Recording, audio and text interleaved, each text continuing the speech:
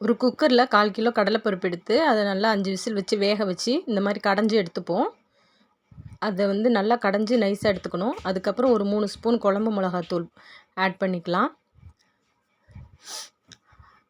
1 spoon மஞ்சத்தூளும் add பண்ணி நல்லா அதை வந்து கலக்கி வச்சிடலாம். நல்லா மிக்ஸ் பண்ணி வச்சிடலாம். மிக்ஸ் பண்ணி வச்சுட்டு ஒரு கடாயில் 2 ஸ்பூன் பெருஞ்சீரகம், ஏலக்காய், பட்டை, ஒரு 10 பல்லு பூண்டு பொடியாக நறுக்கி அதை போட்டுட்டு, வெங்காயம் ஒரு 2 வெங்காயம் பெரிய வெங்காயத்தை நறுக்கி போட்டுட்டு, கருவேப்பிலை, உப்பு இதெல்லாம் போட்டுட்டு நல்லா வதங்கின பிறகு தக்காளி ஒரு 2 தக்காளி எடுத்து அதையும் நல்லா வதக்கிடலாம் இந்த மாதிரி.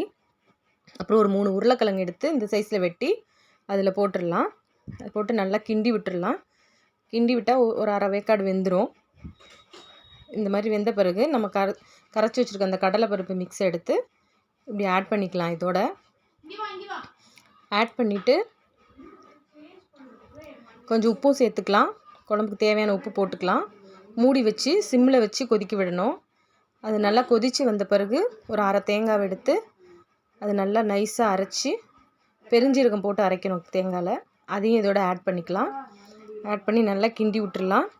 அதுக்கப்புறம் வெறும் மிளகாத்தூள் 1 ஸ்பூன் போட்டுப்போம். அதை போட்டு நல்லா மிக்ஸ் பண்ணி விட்டுருங்க. சிம்லேயே வச்சு கொதிக்க விட்டுட்டே இருக்கணும். நல்லா கிண்டி விட்டுட்டே இருக்கணும், இல்லைன்னா கடலைப்பருப்பு வந்து அடி பிடிச்சிரும். அதுக்கப்புறம் தேங்காய் ஊற்றின பிறகு ஓரளவுக்கு அடி பிடிக்காது. அதுக்கப்புறம் குழம்பு தயாராகிடுச்சு. அதை இறக்கி வச்சுட்டு ஒரு 2 ஸ்பூன் எண்ணெய் ஊற்றி சின்ன வெங்காயம் ஒரு 10 வெங்காயம், கொஞ்சம் கருவேப்பிலை, ஒரு 2 ஸ்பூன் பெருங்காயம் போட்டுடலாம். அப்போ தான் இந்த கடலைப்பருப்பு வந்து வயிற்றுக்கு எதுவும் பண்ணாமல் இருக்கும், உப்புசமாகாமல் இருக்கும்.